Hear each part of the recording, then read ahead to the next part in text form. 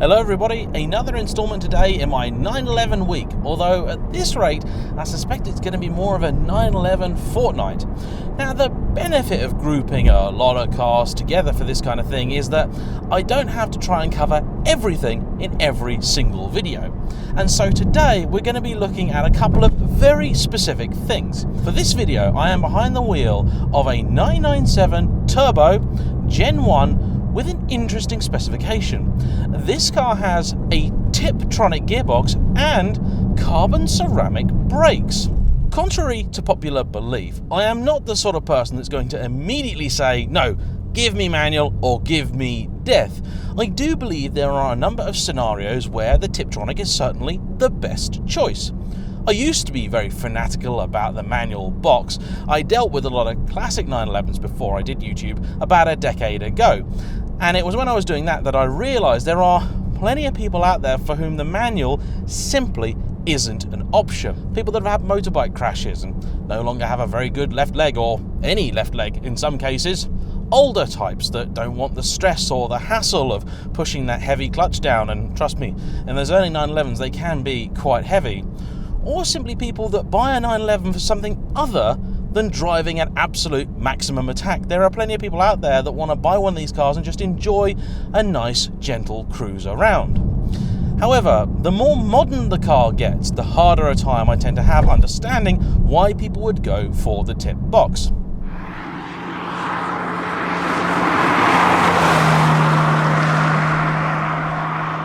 In case you weren't aware, the gearbox used in this car, the 997.1, all of the 996s, and indeed all of the 986 Boxsters, and I believe also the first gen 987s, is actually a Mercedes unit. It's pretty much the same 5-speed box that is in my S-Class. I don't know the exact reason as to why Porsche would use a Mercedes box, but I can hazard a few guesses. It was at the time a relatively new box. It's fairly compact. It's incredibly strong. I mean, Mercedes used this for years because it was the only box that could handle the torque produced by their twin-turbo V12s. So even with this twin-turbo flat 6, it has absolutely no trouble at all. I think it's also reasonably compact, and because Mercedes used it in so many different cars, they were no doubt making hundreds of thousands of the things, so they are probably fairly cheap for Porsche to try and buy a couple. However, I do have fairly limited experience with this box. The last time I drove one was about 10 years ago at a Palmer Sport Day. That's a company in the UK that offers driving activities, corporate days, that kind of thing. And they had a 996 Carrera with the tip box. I recall at the time it was absolutely awful, and I was only about 20 I think at the time, so it didn't impress me then, and ever since I've not really lusted after another crack at it. But when Scott got in touch, well, I couldn't really turn down the opportunity to sort of re-evaluate this, because if you've been looking through the classifieds, you'll have noticed the fact that if you're happy to take a car with a Tiptronic in it, you can save yourself a heck of a lot of money.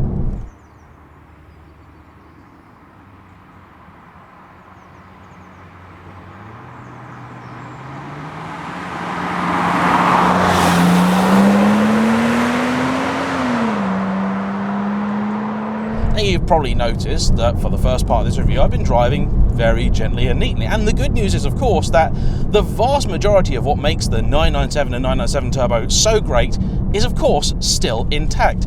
It's an extremely comfortable car. This one has adaptive dampers, it's got a sport mode which I haven't engaged, and it's a very pleasant thing to just make nice decent progress. These roads are particularly bad, and for just general bimbling duties this thing is absolutely fantastic. The 997's turbo engine has a better spread of torque and a better response compared to the 996.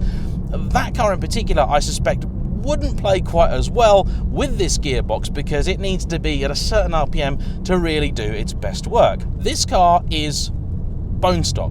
There are no modifications whatsoever to it, with the sole exception of Charmander in the back.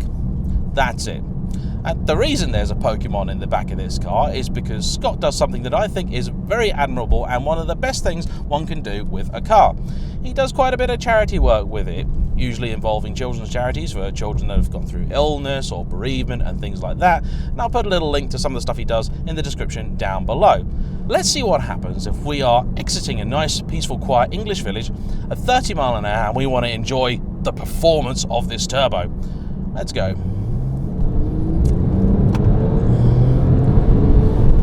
Well, it shifts.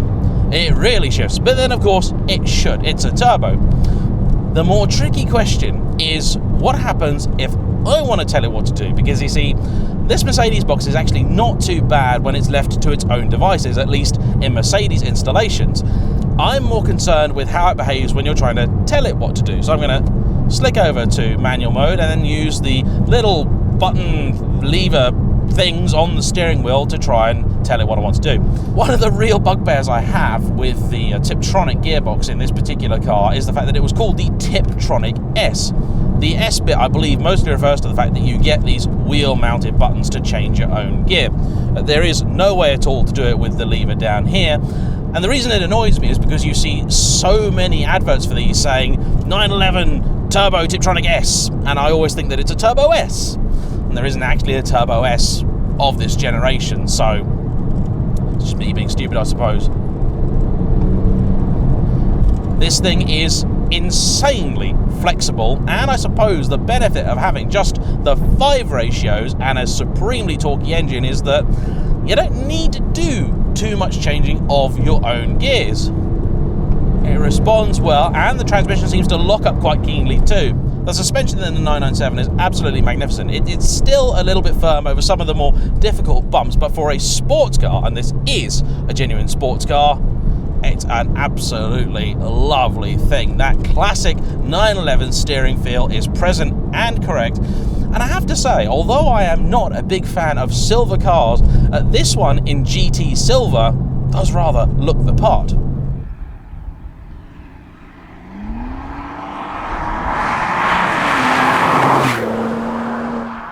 There's a few reasons why Scott sought this car out.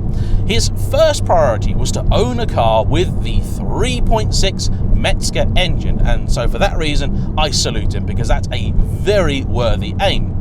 Now, presumably GTs were probably out of price bracket because the prices of those have gone silly, and any sensible person would look at the turbo and realise you're going to get GT performance and much better comfort for a lot less money, so I think it's a very sensible buy. He also considered something like a Ferrari 430 or a Lamborghini Gallardo, but if he wanted to have a 2-pedal setup in those, he'd be stuck with a sequential manual box, a single clutch item, and they're all right, particularly when you're gunning it, but if you want to just enjoy the car at lower speeds and in more sedate fashion, well, they're just not very good. This, because it is a traditional torque converter auto, is infinitely better around town and is going to be much lower maintenance. Both the Lambo E-Gear and Ferrari F1 boxes have that spectre of very expensive bills looming over them all the time. So he wouldn't have chucked a manual out of bed, but there was something else in the spec that he wanted, the ceramics. And that's an interesting one. And he confesses that the main reason he wanted the ceramics was for the look and the fact that, done right, they should last the life of the car. Now, he had the pads done when he bought the car. They were done by the dealer he got it from, and they cost, we believe, about £1,000. But as he didn't pay the bill for that, we're not entirely sure. I must confess, I haven't really been pushing on them too hard along this road because there's simply no need. But, crucially, for early ceramics, they aren't squealing or screaming at me, and the pedal response is actually very nice, very well judged. There's a lot of early ceramic systems which just, they don't work that well, but this one does, and that's very pleasant. So is the Tiptronic worth your time? Well, that is an excellent question. Not quite the $1 million question, but it's more the £10,000 question, because that generally seems to be about the amount of money that you're going to save by going with one.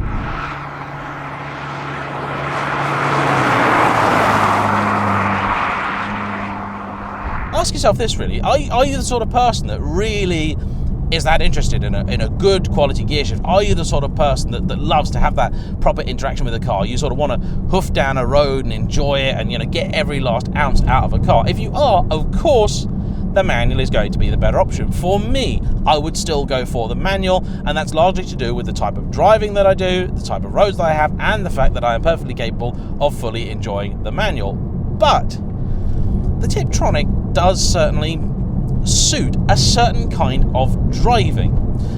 The other thing a lot of people will never admit is the fact that the first generation PDK, although it is definitely an improvement over the Tiptronic, it isn't that brilliant either. People confuse it with the current generation, which is almost supernatural in the way that it changes gears, but the version used in the 997 was simply good rather than being completely spectacular. It did the job, and it did the job better than this, and for that reason a lot of people love it. But I've driven a 997.2 with a PDK and it was alright. I have seen a lot of people that have tried to make the claim that this is the better gearbox, which I think is very bold, and their simple justification for that is that it is the faster gearbox. Yeah, sure, if drag strips are your thing, then it's definitely the better bet, but in every other application, please don't try and claim that it's better. Simply tell me that it's different, and then I won't try and fight you.